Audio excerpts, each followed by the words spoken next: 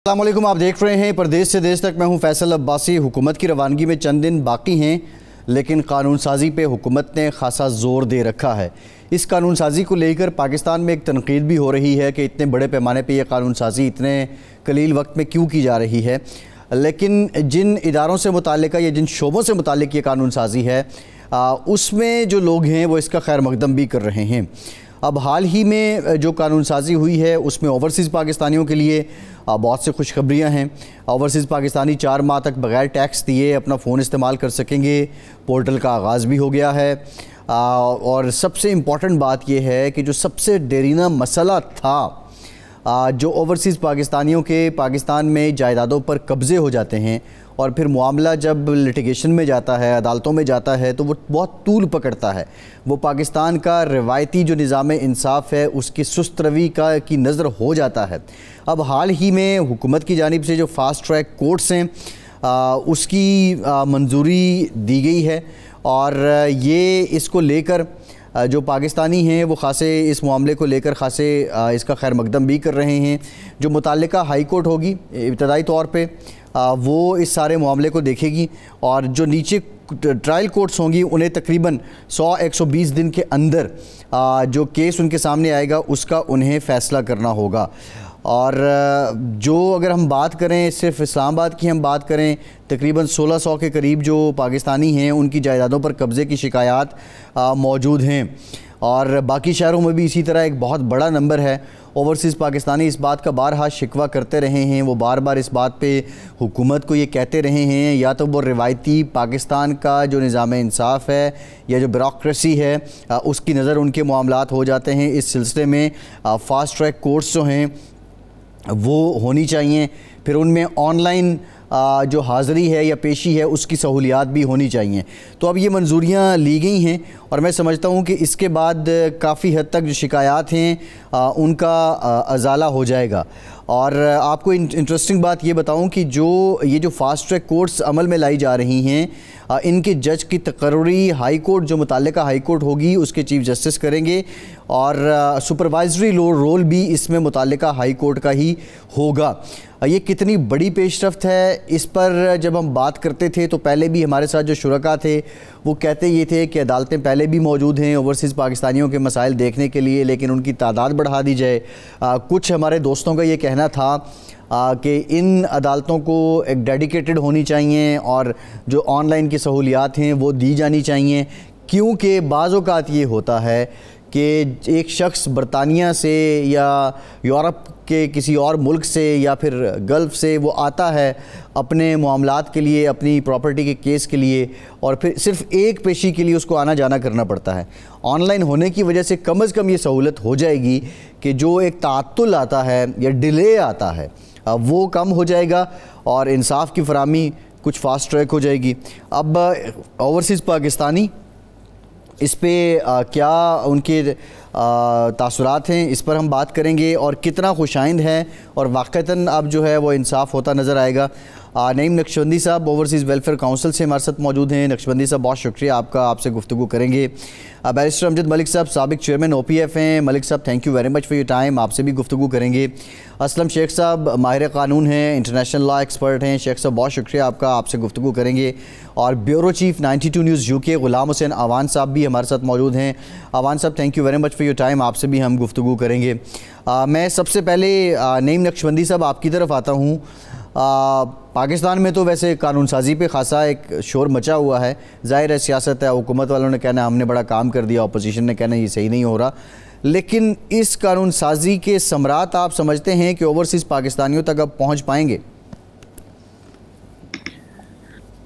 सबसे पहले तो फैसल अब्बासी साहब आपका बहुत बहुत शुक्रिया मेहमान में प्रोग्राम में मदऊ करने का। और मैं ये समझता हूँ कि प्रदेश से देश तक एक वाहिद ऐसा प्रोग्राम है ओवरसीज़ कम्युनिटी के लिए अक्रॉस द वर्ल्ड कि जिसमें आपके प्लेटफॉर्म से जो ओवरसीज़ कम्युनिटी के मसाइल इश्यूज़ को आप हाईलाइट करते हैं वो अरबाब इख्तियार तक उनका मैसेज पहुँचता है। तो उसके बाद बहुत से लोगों को इससे रहनुमाई भी मिल रही है, फैसिलिटेशन भी मिल रही है और फ़ायदा भी हो रहा है। इस पे आपकी इंतज़ामिया जो है वो मुबारकबाद की भी मुस्तहिक है। और इसके साथ साथ जो आपका क्वेश्चन है उसकी तरफ मैं आता हूँ यहाँ पर प्रोग्राम में बैरिस्टर अमजद मलिक साहब तशरीफ रखते हैं और बाकी बाप भी हैं, सब ओवरसीज़ के हवाले से बहुत ज़्यादा नॉलेज रखते हैं और बड़ा काम है इन सब अहबाब का।